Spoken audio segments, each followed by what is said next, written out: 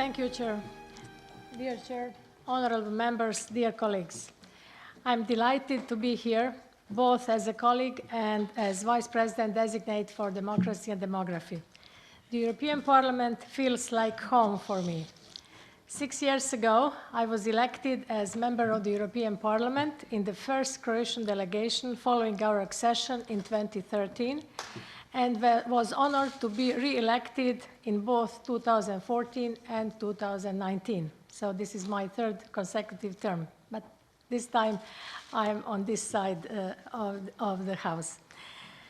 So it is a privilege to be here today, and it is even more of an honor to seek your confidence for a portfolio which touches so many of the issues that we have discussed and worked on together in the last 6 years.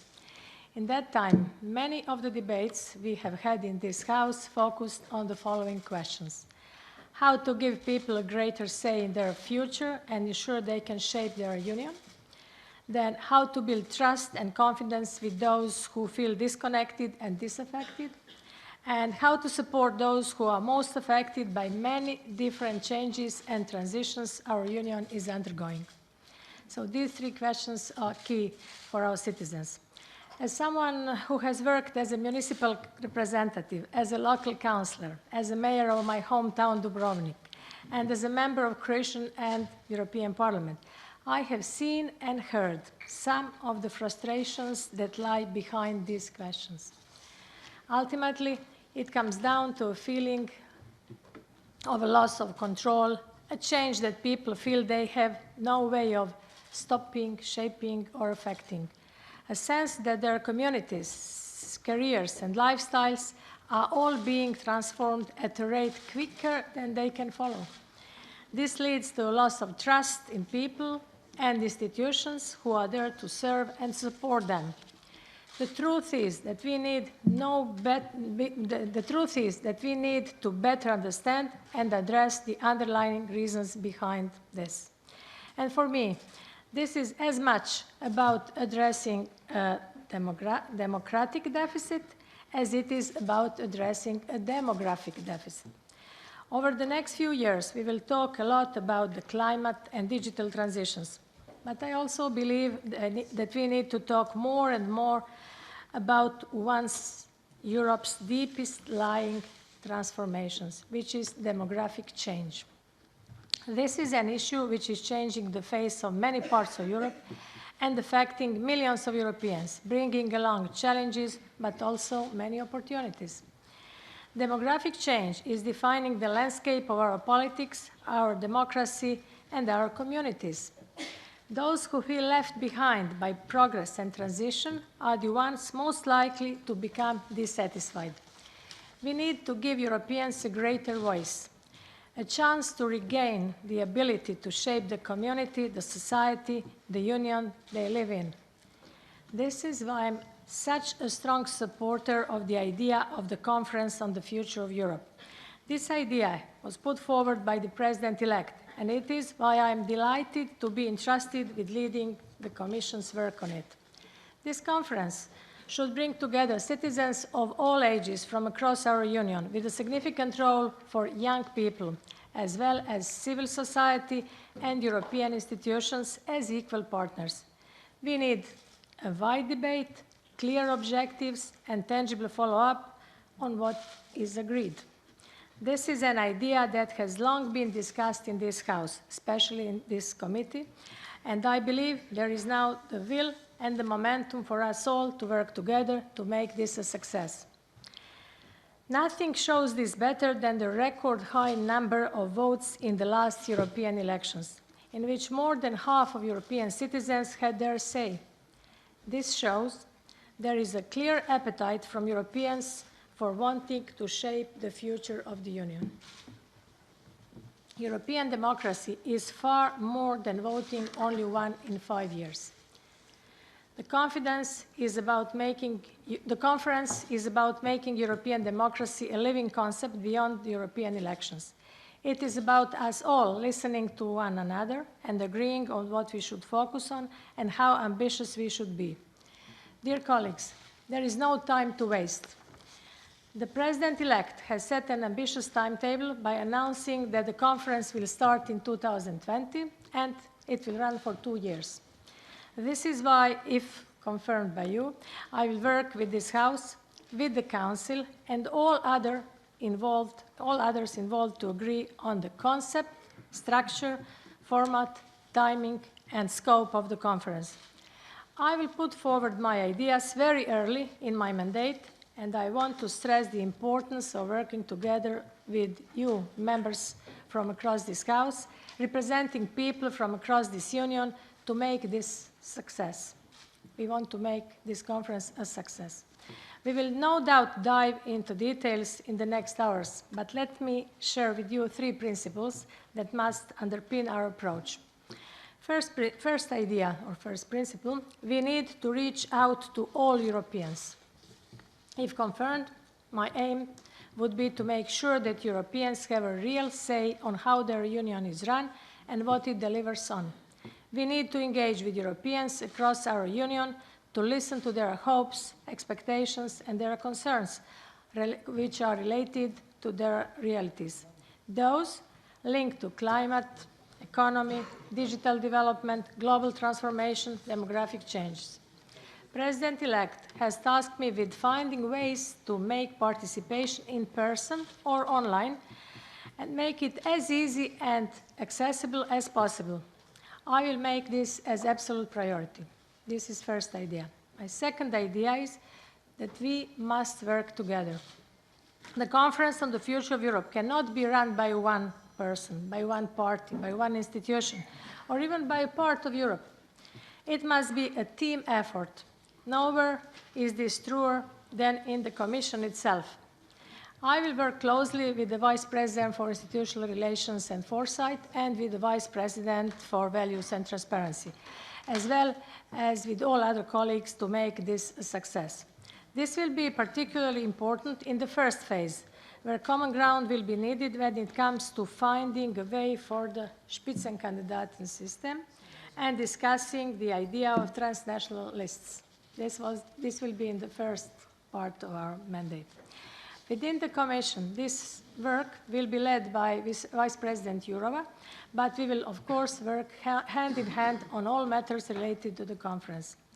Strengthening Europe's democracy cannot be done without the strong and active participation of the Europeans' own directed.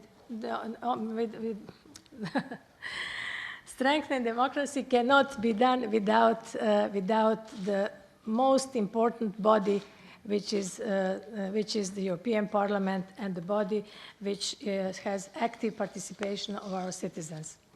I am fully committed to work with you and the Council in all stages of the conference. And my third idea is this conference must lead to results. Listening to citizens is essential, but is not an end in itself. Real understanding means taking real action. We need to make sure that whatever is agreed is enacted. This is always the problem in Europe, so what we agreed, we have to enact. We have to implement. This was an explicit commitment of the President-elect in her political guidelines, and I will work with all my colleagues within the Commission, as well as with this House and with all committees. There are 5 committees here, but with all committees who are interested, and all other institutions to make sure we follow up on what is agreed. Dear members, a meaningful and successful conference on the future of Europe is an important tool in building trust and participation in our democracy. But as I said earlier, the key to strengthening our democracy also lies in showing and understanding what is the reason behind it. I believe one of the least tackled issues is demographic change. I have seen this firsthand in the member state I know best, with the prolonged period of declining population having a real impact across the country. For some parts of Europe, it is true that this is an issue that feels somehow distant or abstract. But for others, including in large parts of Central and Eastern Europe, but also in rural areas across all Union, this is a very real and tangible concern. It is real and tangible for older people who rely on local services, seeing post offices, libraries, hospitals close, or seeing local buses become less frequent. This is the situation in rural areas. It is a real and tangible concern for parents who see their children have to move away to find opportunities to work or study. And it is a real and tangible concern for those bringing up children in poverty or trying to balance work and life responsibilities.